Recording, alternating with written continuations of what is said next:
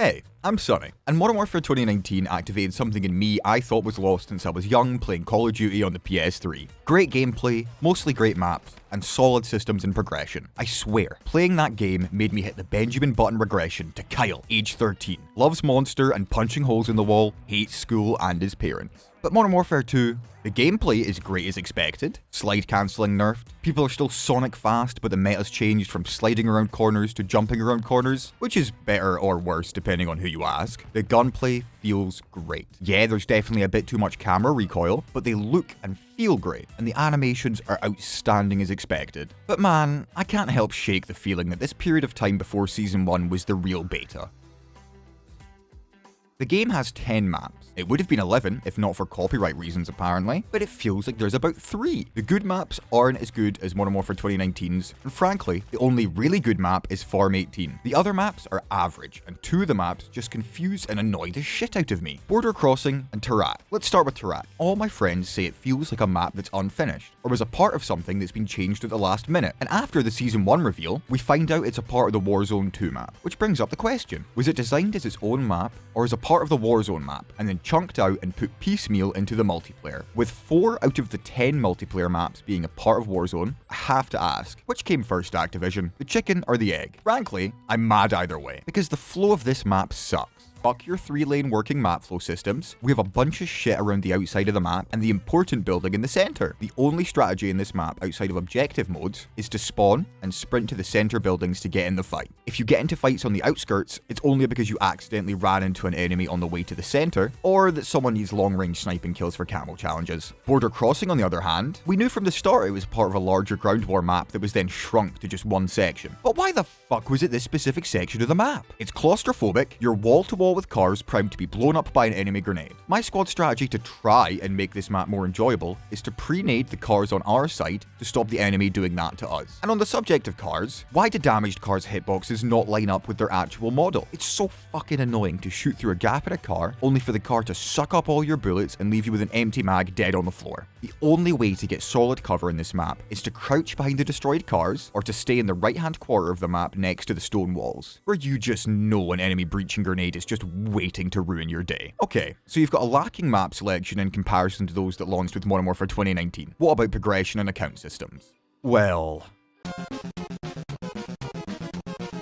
how the fuck could a Call of Duty game launch without a barracks menu? The ability to see KD and win-loss ratio is so important for every sweaty player's ego, as well as providing a way to see if you're generally improving in the game or not. No specific stats for your most used weapon, or kills per weapon. You have an account level that goes up to 55 with unlocks every level, but like the last 2 games, Prestige isn't a thing until Season 1 launches. Whilst the new Prestige system of your Prestige rank not resetting every season is good, it still doesn't make up for the lack of account progression that was in the previous games. Gone are operator-specific challenges to unlock new customization options. Gone are account-wide challenges that give you new drip to show you're a sweat. Gone are any sort of progression or metric that rewards you for playing the game. Instead, you're given default Dan skins for everyone and expected to pay up when Season 1 launches. Now, you can unlock new weapon charms, but the game won't tell you when or how you unlocked one. The community assumed that there's hidden challenges that become public with Season 1, but that just kind of shows where their intentions are for monetization. Speaking of pay up, why were the main 4 operators everyone wanted to play locked behind a Vault Edition that cost 30 quid more? Oh, sorry, I guess that's a redundant question because we all know why. Because apparently we're just big money printers that open our wallets and hit the soy face when we see a character we know from the franchise. I mean,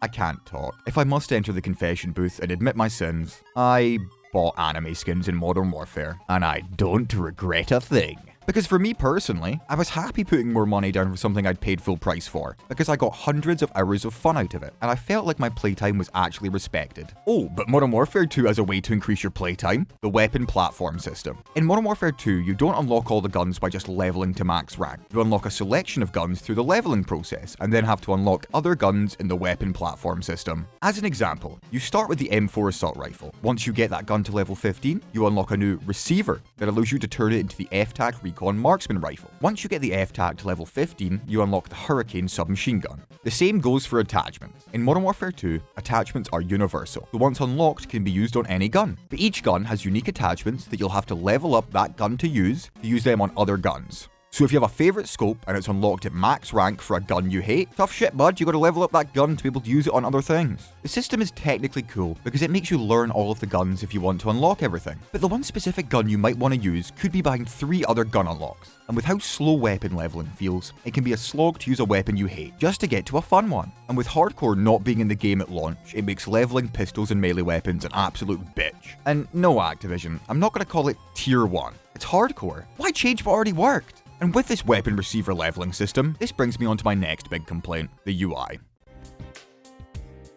I ain't gonna lie, this shit kinda sucks. The UI in this game is designed to look cool in a visual sense, but practically, it's clunky, not spatially optimized, and really doesn't make much sense. The class menu has this weird scroll bar instead of just stacking them up vertically, which makes choosing classes in-game annoying. The camo menu is so cluttered, it makes it really hard to find the specific camo you want. Everything in this game uses a horizontal scroll bar, and it just doesn't make sense. Previous year's CODs got it just fine. So why do they have to change it? Why do unlock notifications in-game just not work, showing that you unlocked something, but having zero text about the unlocks? Why do you have calling cards and icons, but they're used less in this game than any other Call of Duty? When someone uses a kill streak in-game, it's just their name. And for the love of God, why are custom blueprints not in from launch? If you have a good setup for a gun you like, every different class you want to put it on, you've got to rebuild it every single fucking time. XP token countdowns are gone, lobby info doesn't work, and with every new Call of Duty game in the last 4 years, the kill cam has gotten worse and worse, as it just breaks when someone leaves during it. The game has also crashed more than all other Call of Duty games combined for me. Performance-wise, it runs amazing, but I have a 3070. I would fucking hope it does. I've been really negative in this video, but it's only because I loved Modern Warfare 2019 so much,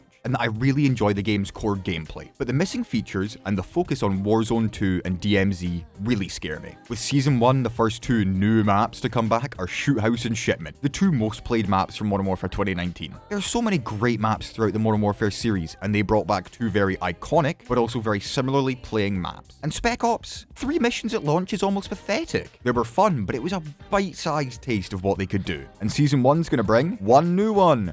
Wow. With a raid coming partway through the season, I have no idea how it's gonna go. I really hope they're good, but I struggle to see what would make you come back to them. They say you can get exclusive blueprints for your guns, but my fear is you'll run them a couple times till you get them, and then never touch raids again. Either way, I'm still going to be playing multiplayer heavy. I look forward to DMZ and Warzone 2, but with this being the first 2-year Call of Duty cycle, I really hope they invest in the multiplayer constantly, rather than just saving content for the rumoured expansion pack after a year. But before I go, remember, don't let anyone bitch to you about using shotguns, King. They're in the game for a reason. Also, fuck drop shotters. Thank you for watching.